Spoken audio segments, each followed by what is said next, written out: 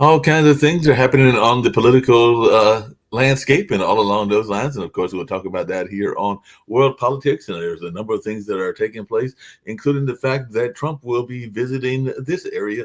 I believe he is going to be heading toward the mountains because that was an area that was impacted. And all along those lines, I also understand he's deploying some people down to the border and is ready to crack down on the border situation and all along those lines. I think he might even be making a trip to Los Angeles where the fires are going on. So he's definitely making mileage of some of these political things that are going on. And as I was saying, I was talking to one of the founders of the network about, and I'll be bringing her on. He has also managed to close down or put on paid leave a bunch of the DEI staff. So in some cases, I think in like health and human services and also a couple of other ones, Department of Defense, those departments are being totally shut down and everything along those lines. But I think that he's definitely laying those people off and putting them on paid leave. And I think one of the conversations, and I'll bring her up so that she can say what she's got to say about this and everything. But it looks like there's this notion that they will be on paid leave and all along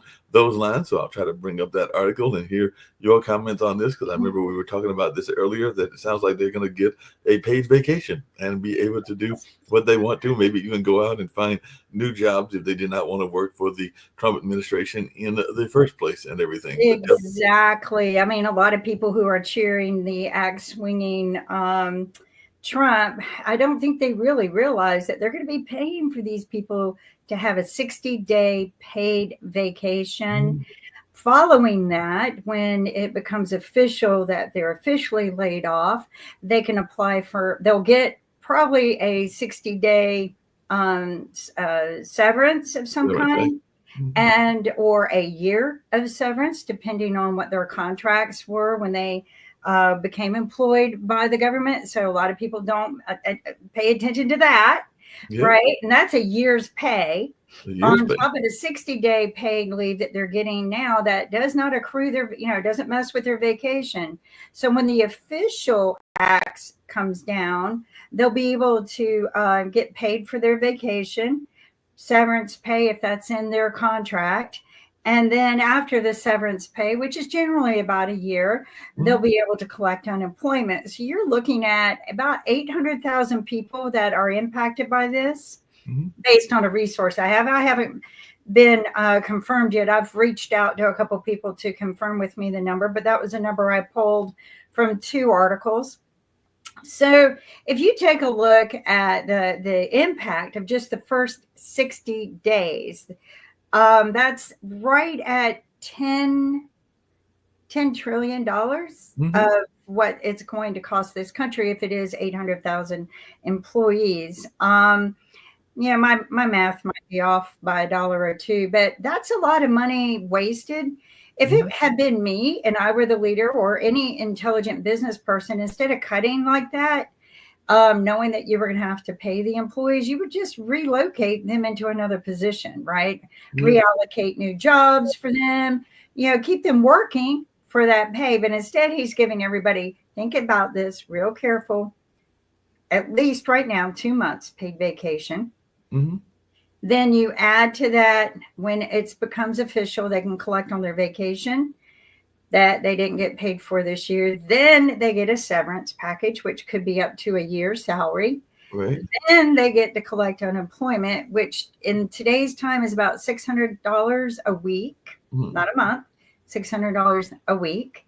And it could go as much as a year, depending on what state you're in. So, before you, jump the ship to do anything crazy, go check with your state right now to see, what you would be entitled for. But I say take the vacation, get your health in shape, go get an education while you're getting paid. But enjoy the vacation while you can, because when you go back to work, you're going to be working like a dog again. So, Yeah, and that's just one of the news items. I saw Sasha's with us as right. well, Hi, but Sasha. And Sasha would do the math because he's an investor. he's But I an mean, when you investor. think about, $10 trillion just in the first 2 months, the highest unemployment rate in history in the first day of office, if he did, in fact, go lay off 800,000 people who are involved with DEI. That makes him the worst president ever. But and that's within the first day. But that's a lot of debt to put on America, to give some people vacation like that with they get paid to stay at home and do nothing. They And get he paid. thinks he's cool because I'm swinging an axe and cutting heads, and everybody's going run. I'm like, and you're paying for their vacation. You are idiots. And anyone who's cheering it, I'm going, nope, not going to hire you. Nope, not going to hire you.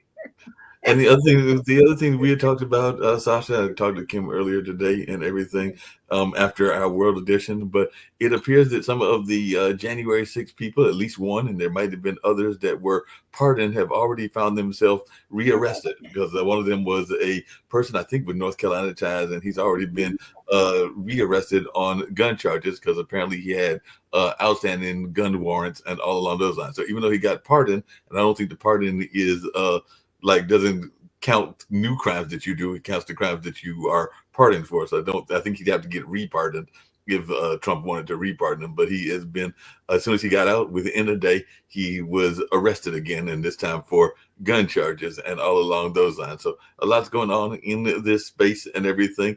And the other thing that we were talking about, Sasha, is apparently Republicans are ready to cut Medicaid funding. And I know we talked about this quite a bit on this network. I know it's something that the other founder, Nick, has brought up, but apparently Republicans are reportedly prepared to cut Medicaid funding to pay for Donald Trump's promised crackdowns on immigration and to fund those tax cuts. And some say the tax cuts to benefit the wealthy. So it looks like there's going to be some Medicaid funding. So if you got sick folks and you need that Medicaid funding, you might not be getting as much. So the GOP in the House and Senate have floated a series of ideas, many of which would target lower income Americans to cover the cost of extending tax cuts passed by Trump in 2017, according to what the New York Times said. So among the proposals is a plan to reduce access to Medicaid, which provides health insurance to low-income Americans, in a move that would cause 600,000 people to lose access to health care. So it looks like we might be having some people that won't have as much health care as they used to have, and all along those lines. I know that where you are at in Canada, y'all have a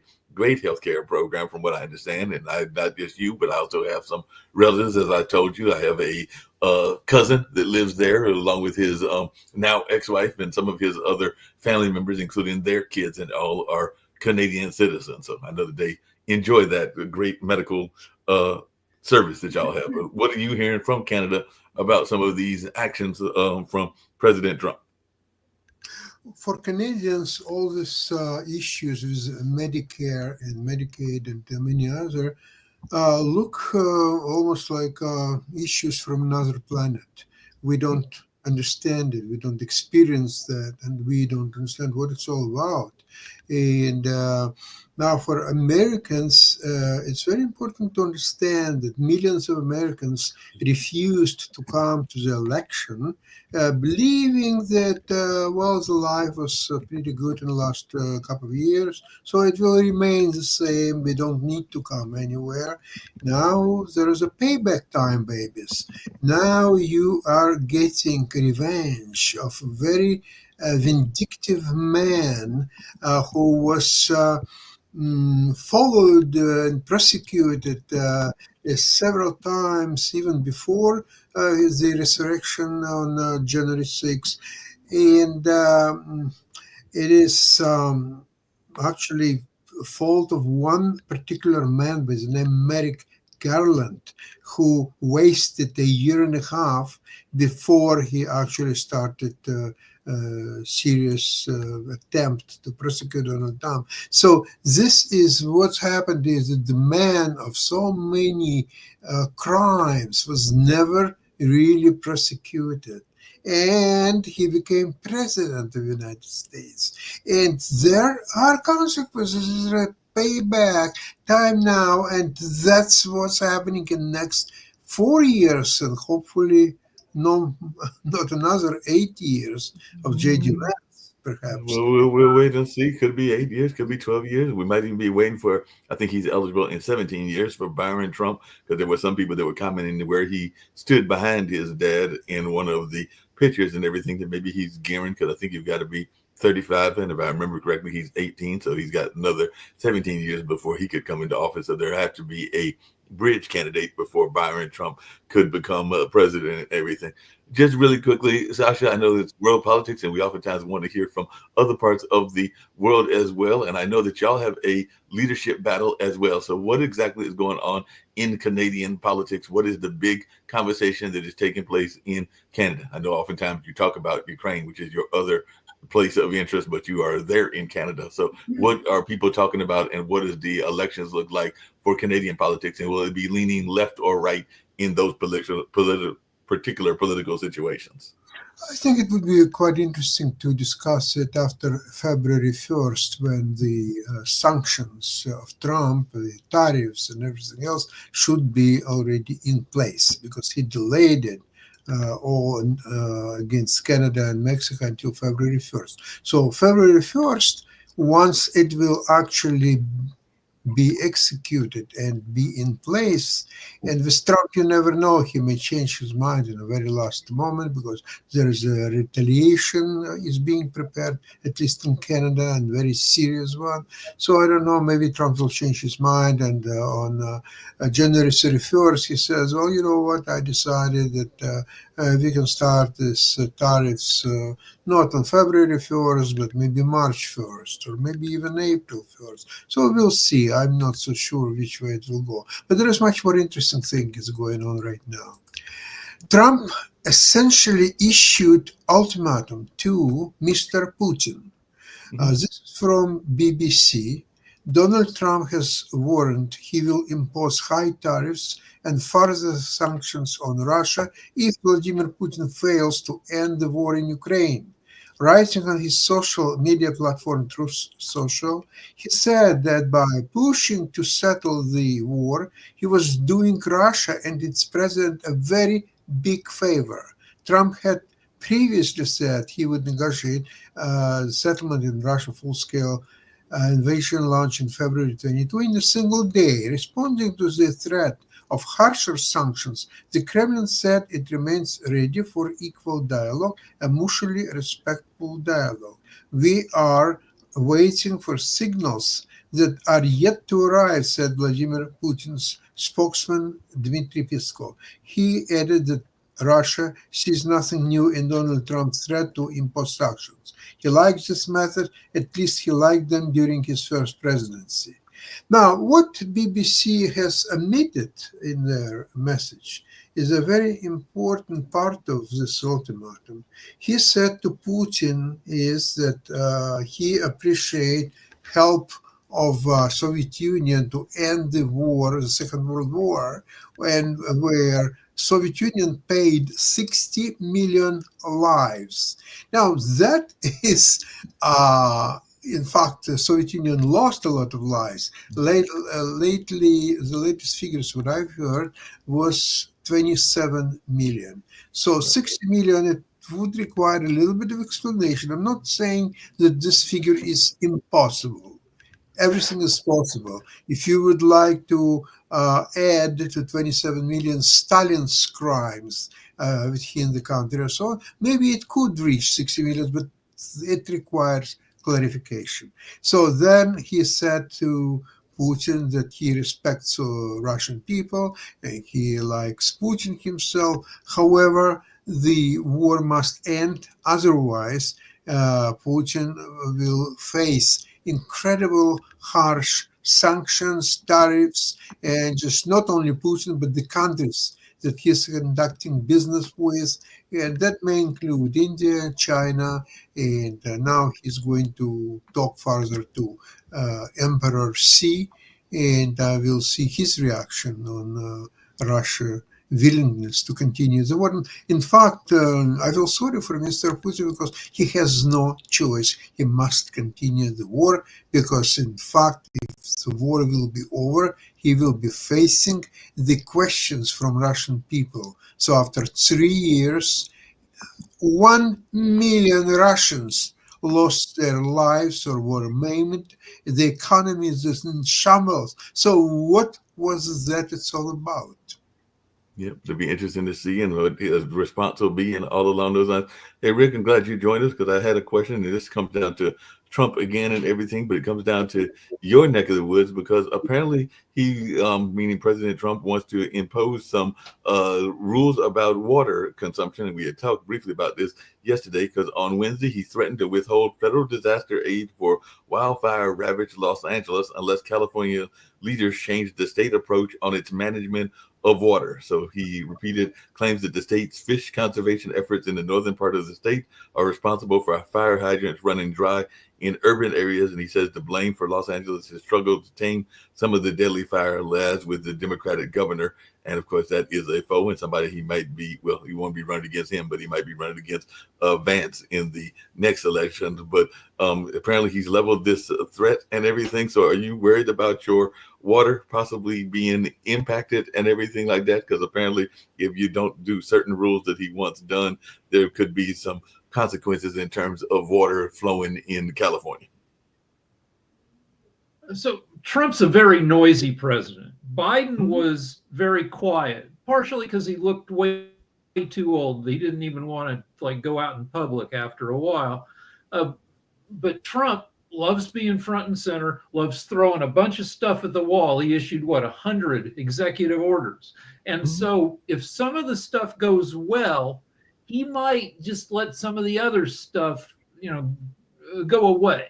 So like the tariff stuff, he's going to threaten a bunch of tariffs, and depending on how much pushback he gets, maybe he just kind of lets them kind of drift away and he makes noise in some other direction. I'm sure he doesn't have the right to do too much stuff to us about our water management, but we'll see. But so far, he's only been president for 3 days. So far, there have been 3 approval surveys of the president, and they're really good for him. Higher than he generally gets. He's plus 13 from one survey, plus 6 from another, plus 17% on another survey. These are about the highest measurements he's ever gotten. And he's done some stuff that, I think he's an idiot. I disagree with everything he does, but he's doing all this stuff with AI and with pushing science and tech, and I'm in favor of that. So if he can get everybody behind some reasonable stuff, he maybe he'll let some of this crazy stuff go away. But the threatening Russia, if that works, that's great. Yeah, it'll be interesting to see whether that works or doesn't work and all along those lines. Kim, what's your take on this? Because like I said, he does seem like he's doing a lot of things. We mentioned earlier about that whole notion of the DEI and the DEI staff. But like I said, he's going after water. And as you mentioned, and you're the one that brought it up to me, and then I did see that it was confirmed. And I think I had seen that before, that he'll be in the mountains of North Carolina. I want to say that visit is tomorrow. Yeah, probably just for a few hours. He has, they can fly him in and out really fast. What's my take? I think he's just a media hound. He loves the attention. He wants, he's defiant as ever, and he wants to get his people behind him. He released all of his patriots from prison. I mean, a king will do that, right? He'll go in and release his patriots who fought for him from prison so that they will continue fighting for him. And as we watched yesterday, many of them, they, in their interviews, first thing I'm going to get is a gun. And thank God North Carolina watches that, because we busted one. Because he was actually violating another conviction he had, as Mark told us. But, they're all cheering him and rallying him on because he's, throwing that axe everywhere. And Pete, what's his name? Hedges. Just be Seth. careful, because I heard he got elected and he's a bad axe thrower. I heard he almost hit somebody in the head when he was doing axe throwing, but and that's a real story. But I would say that this is what Trump is trying to There's do. video. Get He everybody threw up it, and it went on, over the target. cheering and cheering and cheering people. But I want people to do the math like I did. How much is it costing us giving all of these people paid leave vacation for 60 days? And then when it's official, for a severance package for a year for each of them, I've just learned it's about 800,000 people. That's a lot of people to, in my count, it was about, just for the 60 days, $10 trillion that we're paying them not to work. Then they will get their vacation pay, and then they'll get a severance package, which is usually a year's pay. And then they get to collect unemployment. So, doing this hateful, prejudiced act against people they hate, they're actually going to cost the citizens that are cheering him on probably an additional $2,000 in taxes a year. Hey, we got some other interesting news. I would calculate that. This just came across, Rick and Sasha, you may be interested in this as well. Apparently, Trump, speaking of his new orders, has signed an order to declassify the assassination files on JFK, Martin Luther King Jr., and RFK. So apparently we're going to have another investigation into those assassinations, and maybe he's hoping that they will find some more evidence about either government compliance or foreign compliance or some other compliance as well. So why do you think he's doing this, and what is going to be the consequences of this? Because apparently he wants to declassify. It doesn't cost him anything. He's like a kid. Like he's been curious about it himself, I'm sure. And and also it distracts from other stuff. And I don't think any of the new stuff that comes out will change much of what we know. I'm sure there'll be more stuff about like incidental FBI contacts and law enforcement contacts with each of the assassins at some point, because they were lunatics and they ran up against him, and that'll start new conspiracy theories, but I don't think it'll change the what we know or don't know.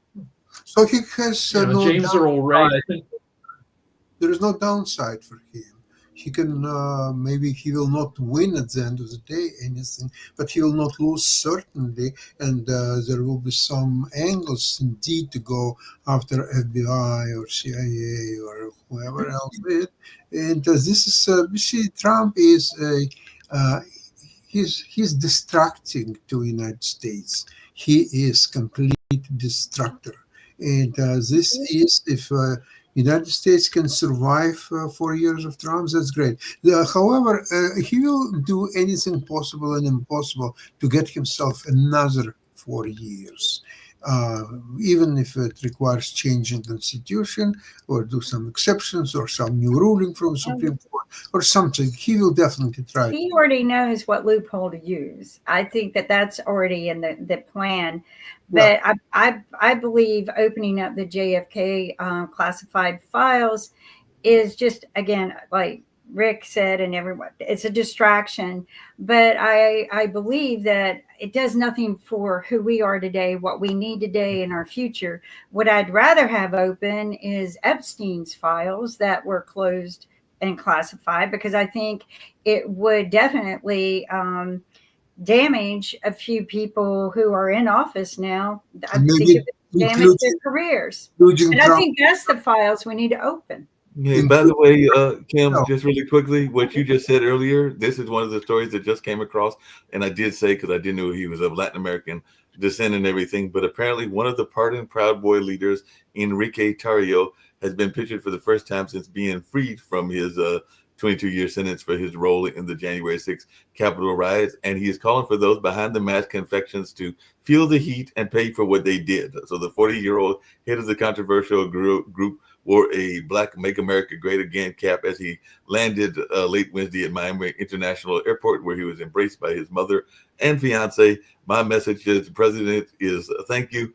He told WBLG, which is a station there, of President Trump's day one order to release those in prison for any involvement in January 6th. However, he had a far different opinion of the previous administration's Department of Justice, accusing it of allowing biased jury situations to convict him and others with evidence that would have not been tolerated in any other district. He honestly thinks the prosecutors, Merrick Garland, Matthew Graves, they should be investigated, and if they committed any crimes, they should be prosecuted. So it looks like he might be doing what you said that they were going to do, which is trying to rally the forces for this revolutionary kind of thing that you were saying. The war is coming. It's coming. They're stocking up on guns. Go ahead, Rick. Yeah, All right, here's a semi-related story that's trending on Twitter. Cassidy Hutchinson was, well, she's still a young woman, but she was 24 when she was working in the Trump White House when January 6th took place, and she was disgusted seeing everybody run around and ignore the rioting, encourage the rioting. And so she kind of turned on everybody in the White House and testified. And now that the Republicans own the House, they are making a lot of noise about investigating the Democrat-run January 6th committee that investigated the January 6th riots. And she's now trending on Twitter because she's a good-looking woman. And Mike Johnson and the House Republicans are saying we don't subpoena her as part of that investigation because she's sitting on a bunch of sexually explicit text messages that were sent to her by Republican members of the House and the cabinet and the Senate. Mike being one of them. I doubt it. He makes a lot of noise about being religious, but I mean, it's. I'll guarantee you open up Epstein's files. It's you crazy. Open up Epstein's files, these old ass men in the every one of them. They're all going to be in there. Every one of them. So I mean, I don't know. I mean, how many people are in the House are dumb enough to, send? Why? What do you get out of it? I will say this: you're going to see a lot of you're going to see a lot of public assassinations this year. I think the Proud Boys are going to do Trump's dirty work, and you're going to see, because they're loyal to him. To me, released a lot of convicts, and violent crime. To me, that's a violent crime. And I just think you're going to see a lot of people being horrifically assassinated. I think that you're going to see a rise against people. It's going to be a prejudiced rise against people. And I know nobody likes to hear this. I'm not trying to be a negative Nelly, but I think this is the truth. I don't think anyone's adding up the numbers here. Just like I added up what it's going to cost us to put all of the DEI on vacation. Yeah, no problem. That's 10 trillion. Well, I mean, the right wingers would be idiots to assassinate people. They control all the levers of government. They don't have to. The Patriot Boys or whatever their names are. No, but those guys, what exactly would they? I mean, it's like sending dirty text messages to Cassidy Hutchinson. What exactly do they accomplish? They own the government for at least the next 2 years. They do their Lord Master. Now I know that they do his job for him. They kill people for him. So they're going to kill all of his episodes. But still, Kim is basically saying that two reasons that maybe. Hold on, let me. I have two reasons that maybe that doesn't happen. One is they're getting a lot of what they want with Trump in power. Two is they're not the most competent people in the world. This Stuart Rhodes guy who was high up in the Oath Keepers, who just got freed. That's a guy who shot out his own eye by being inept with a gun. So, and for those two reasons, I believe they will. those two reasons, I believe they were. They are not the most intelligent people. They are the most loyal people. And they will do things that Trump won't even have to tell them. He'll just insinuate, this is what's going to happen. Have you ever watched the movie Chocolate? Have you ever watched it? Some of it. Anyway, and the preacher, is talking to his sheep, and there's always one weak one in there, and and he'll say things like, those people need to be run out of here. Perhaps a fire will do it. And then one of the sheep went and tried to burn down all these people. So I think all Trump's going to have to say is, that person really annoys me. I wish they were dead, and it's going to happen. And because of the two reasons you mentioned.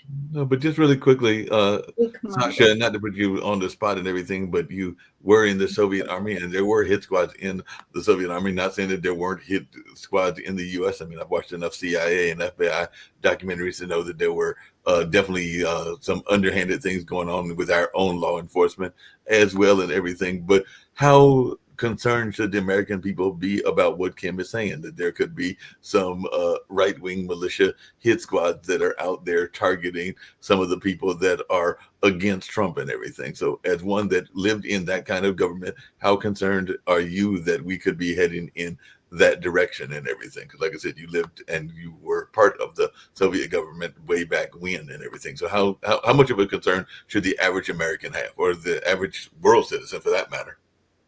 Well, the situation is very different from Soviet Union, at least at the time when I served in the army there.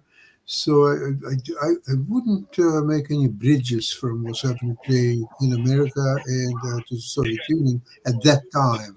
The situation was not ideal, but I don't recall any mass repressions or anything, because it was, when I was in the army, it was well past Stalin's time, and there was an uprising, quite big one, in 1962, well before I was in the army, in Novocherkassk, which is part of Ukraine, and there were several people killed. But that was uprising because one primary reason was there were empty shelves in the stores in that city. People didn't have anything to eat. Okay, in the United States, you just touch it, and every state has peculiar problems, like, of course, California now with this fires, and many other states. And I really don't know. I don't see easy solution how to get other, from all this. I really don't know. Yeah. That makes fair enough sense. Maybe one idea is to make indeed Canada 51st state, and make Canada capital of the United States and Ottawa capital of the United States, actually, and get Canadian laws in place, including the firearms in the hands of individuals or so on, and change all these laws which allow firearms in the United States. Maybe that's a possible issue. Maybe that's the solution to everything.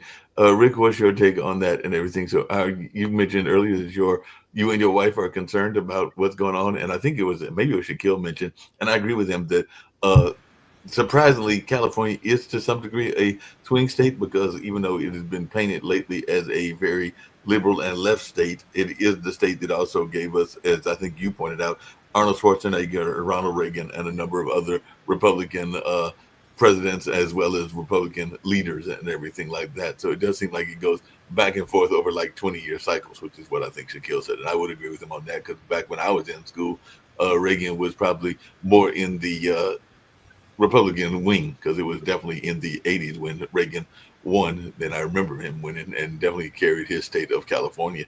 And I think there have been other times that the state has gone more. I don't see a groundswell of resentment against the current state leadership. There's, I mean, if you go on Twitter, but that's just Twitter is increasingly right wing. You see a bunch of people, but not from California, accusing Gavin Newsom of sucking. But we'll see how in the aftermath of the fire, whether there's a groundswell. I own, Right. but so far not seeing it. I think most people in California are, approaching the fires as if they're a horrible natural disaster. The same way, Wait a Tennessee and second, North Carolina when they got hit with floods and hurricanes. Rick, but hasn't Trump Yes, sir. discussed just I think today that he will withhold federal Mhm. help to California? Is it true or That's what I was talking about. He said he's going to withhold it if they don't change their water rules because he's trying to tie water relief. Go ahead, Rick. So the issue is that uh, environmentalists, I mean, who aren't a solid block, but a lot of environmentalists say we were damming up too much of our water for irrigation and for people to use, and that this was affecting wildlife, particularly fish, and we needed to let more water flow to the ocean. So that's what Trump is talking about. what about withhold federal help?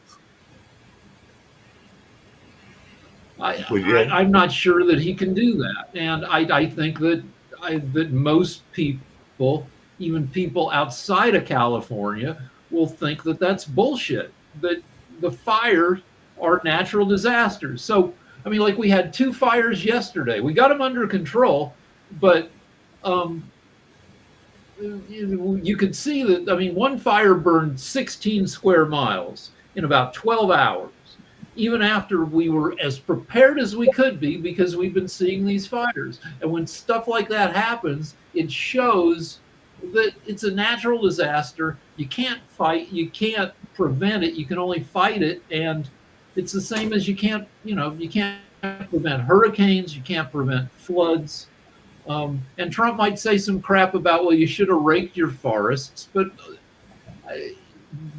that's largely BS too, because like these fires were fueled by growth within the last year because last year we got a bunch of rain.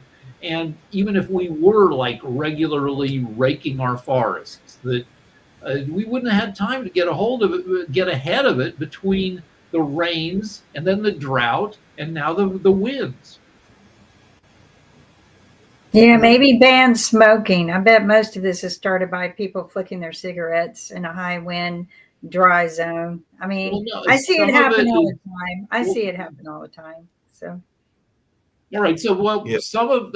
there's some suspicion that the biggest fire, the Palisades fire, was started by fireworks embers. So you have New Year's, a bunch of idiots set off fireworks on New Year's, and then they put it out the area, but the embers kind of simmer there for a week. The wind gets them going, and that starts the fire a week later. And apparently it's possible for embers to sit there kind of quietly,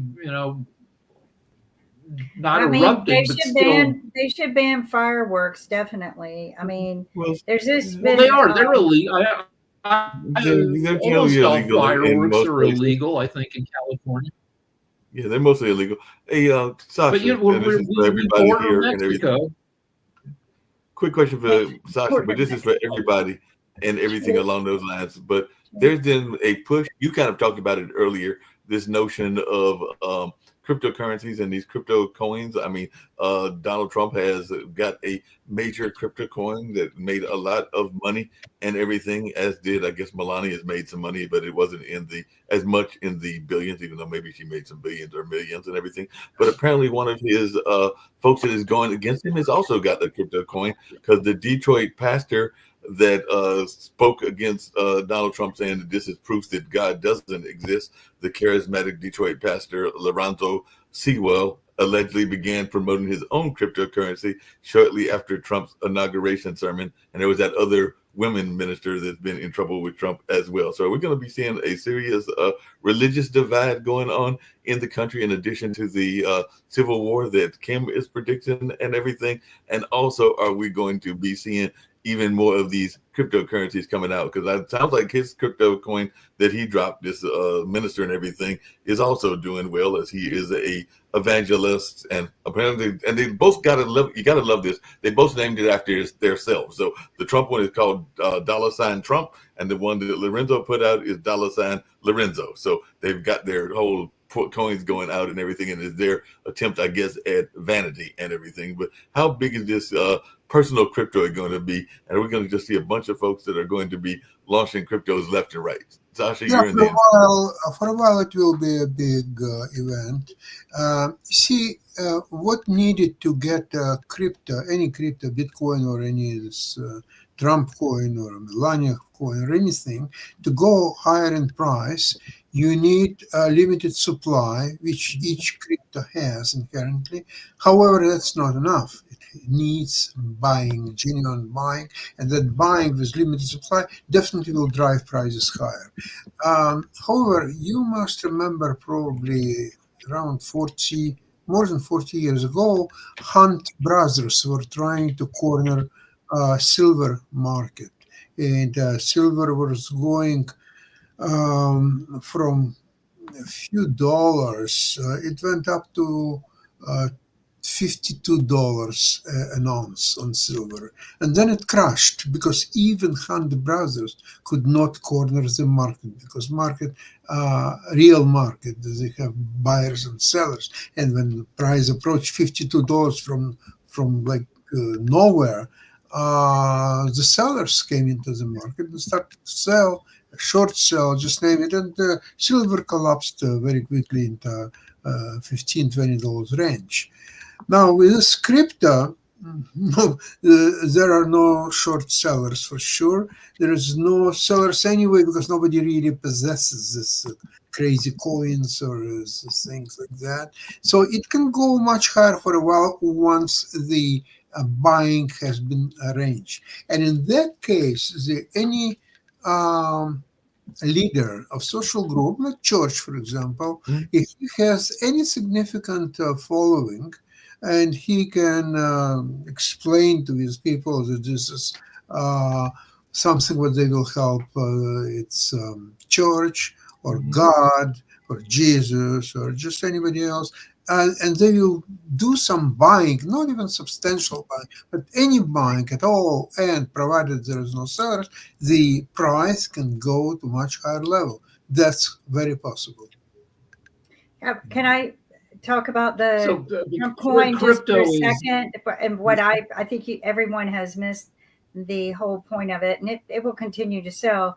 It is like a membership club. Now you belong to the Trump club, and it's kind of like any coin that, or membership card, you flash it, right? So if you did a Trump job, say you killed a Democrat, and then you get paid and you get out of jail free card if you flash a coin. If you kill a Republican, shame on you, but you might have to pay a little penalty. But no, I'm just kidding about the deaths. But I think it's a membership card. I think the coin is something that they can flash each other and go, yeah, I'm a Trump member. I'm a Trump member. I don't know if it'll get you discounts, but it might get you out of jail. It might get you, just like the Patriot Boys. It might get you pardoned. It might, get you in the door for a contract.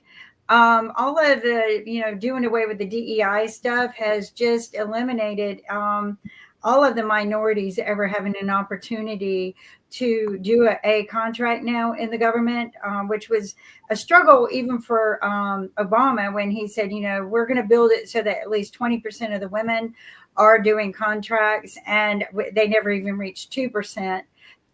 So, yeah, but I think it's a membership card, and I think that's why they're selling so much.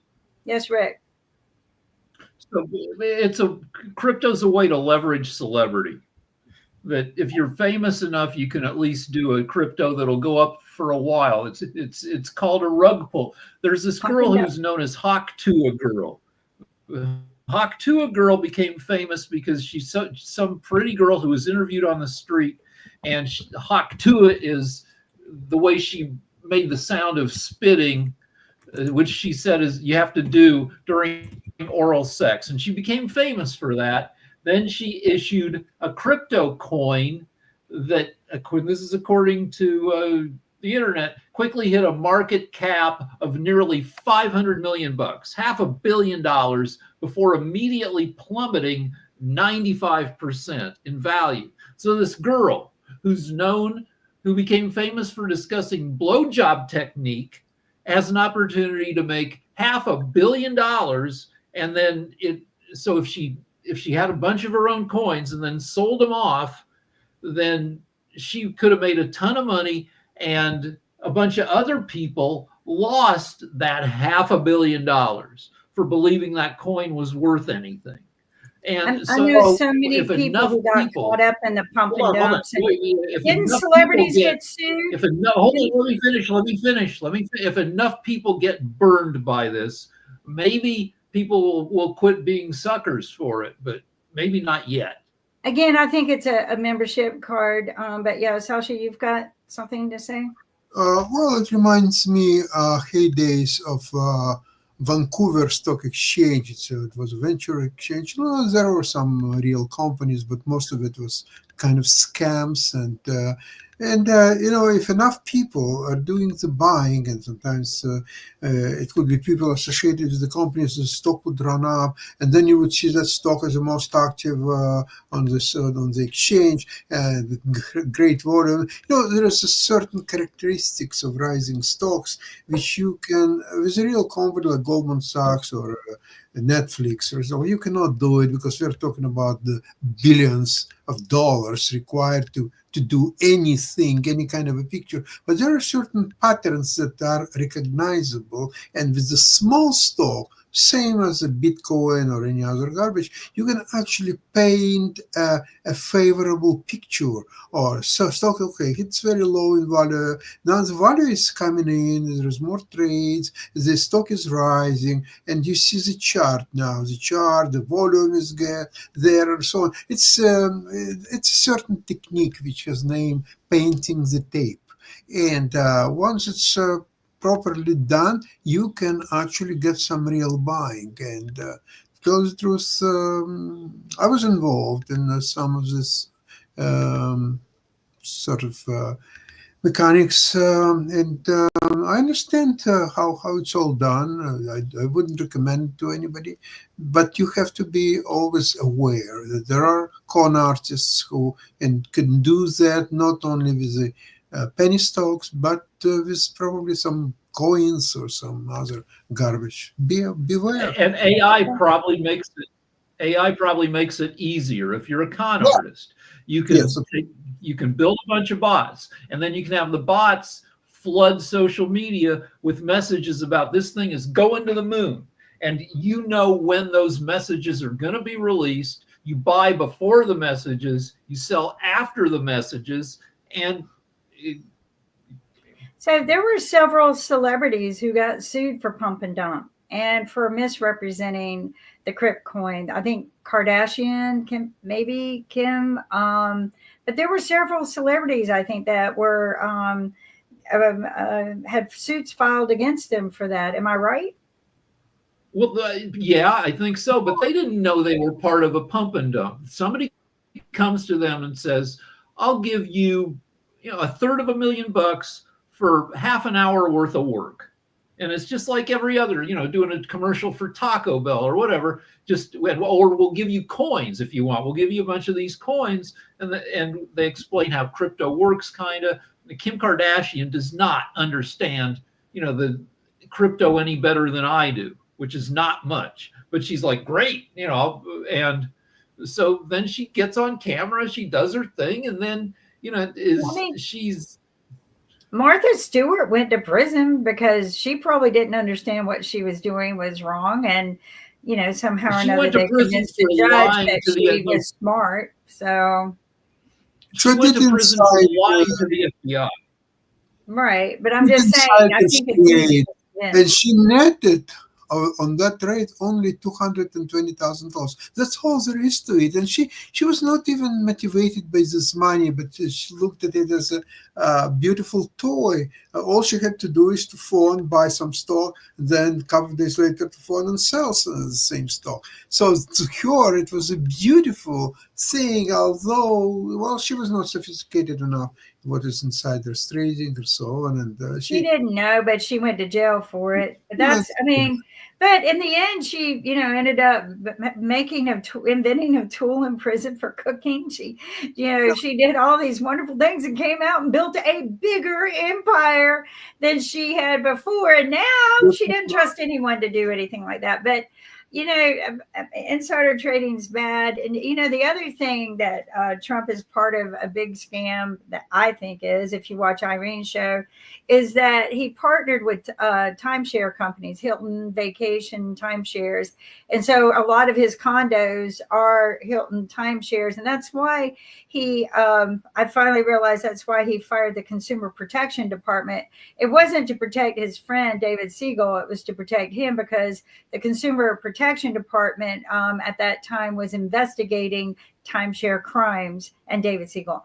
But actually, Trump has owned his condos since 2012. He did the deal, so it's been quite some time. So he's involved in a lot of criminal activities that nobody's going to accuse him of. All everybody's waiting for is their price of eggs to go down. That's what they are. I have had 50 texts today, probably, and they're all from Trump supported people who voted for him, and they're like, I'm suffering. I don't know. I'm never going to get it, because I've been asking people, hey, you want to get together? You want to go do have? And they're all like, boo hoo, I don't have any money. And I'm like, why not? And they go, well, I'm struggling. The prices haven't changed yet. And I'm like, well, not my fault. Here's the thing about the food prices. Go ahead. Here's a fun story I just found on Drudge. They used AI to analyze pedestrians in big cities in 1980 compared to 2010. And they found out in the 30 years that people, they found out what we all know, that nobody talks to each other anymore on the street. Everybody walks fast. Everybody's distracted. It used to be that we got a lot of our social interaction face to face, people saying words in each other's faces. I always go back to my stepdad, who had a store in downtown Boulder, Colorado. He everything he knew about the world, it was from talking to people all day. He played poker. It was just, once a week. It was mostly just people talking all night. Now it's all gone. You get most of your information from your phone, giving you messages. And play poker online instead of live poker. And so you're typing disses, and you don't know the faces of the people you're playing with. And one thing is that street crime has gone down because nobody's on the street. But it also makes it easier for people to go crazy and believe a bunch of bullshit that they're fed by social media, because they don't have the friction from real people saying, pull your head out of your ass, Fred. Yeah. And I do want to bring up some things about cost of living and things like that, like food. I was in California, and one of the things I've noticed is, lucky y'all, your food is a fraction of what we pay in Raleigh, North Carolina, especially your fresh produce. And I went to a couple of different stores, but I was shocked at the cost difference of what you guys pay versus what we pay for food. And that it was so much less than what we were paying. Your property prices might not be better, but your food prices are. Gas prices are about the same. But there was a research done. It was actually on a Republican radio show, which I was very surprised. And it was talking about the food prices over the course of, maybe 15 years. And somebody had started doing an analysis, and they got, certain list of foods, and they monitored their prices in a timeline through all of these years. And it was just been a gradual climb in all of these years. Nothing major, but every year it does climb up. Farmers deserve a pay raise, but they're not the ones who get the money. But so it kept going up and kept going up, and only 1 year did it leap. And they blamed it on COVID, but it leaped in 2022. And who got blamed for it? Of course, Biden did. But it leaped drastically. You can see it in the chart. All of them did. But then in 2023, because he was able to level, and this is a Republican radio show. In 2023, they were able to level out the economy, and it leveled out. It didn't drop a lot, but it leveled out, and it didn't go anymore. It literally leveled out just the way it had been the last 15 years. So I think that, people over exaggerate the problem. They're not really taking a look at things. What I hope is that this inflation of food prices, that it went to the farmers. What I know is it probably didn't, that it probably went into a third party hand, a middleman. Who knows? Maybe it went into the grocery store that's selling it. Maybe they inflated the prices. But the new inflation of eggs, it's just a fake story. The bird flu didn't cause this again. They pulled this scam last year. And if you remember, because I asked everyone 6 months later, why isn't the prices up on chicken? Because if we lost all of the eggs, then supply and demand for chickens would be there, and there was no problem. So it was just a scam. And that's what we need to end, are those scams like that, because that hurts you and me and everyone else. What about the war? Can we? It's probably true about the price of food, but if you're ever in California, go into a Trader Joe's and buy flowers. It's crazy how cheap flowers are in Los Angeles. Oh, Trader Joe's, period. I can go to Harris Teeter, one of our big grocery store chains, and I'll pay $30 for a bouquet. I go into Trader Joe's and I pay $5 for the same bouquet. $5 versus, and if you've got Aldi's, if you have an Aldi's, it's about the same thing. You will pay little or nothing for flowers. Yes, Sasha. You should remember the old song, "You Don't Bring Me Flowers Anymore." So people are not giving flowers to anybody anymore. No. They just send you a text. But this is why I like this. I can buy myself flowers. I'll buy my own. But you're right. Trader Joe's, of all of them, their food prices are very, very just nice. Like, I don't shop much, but when I do, I like Trader Joe's, I like Aldi's, and I like my little country store down the street because I like to support them. They've been here for years when nobody else was out here. So I do like to give them most of my business.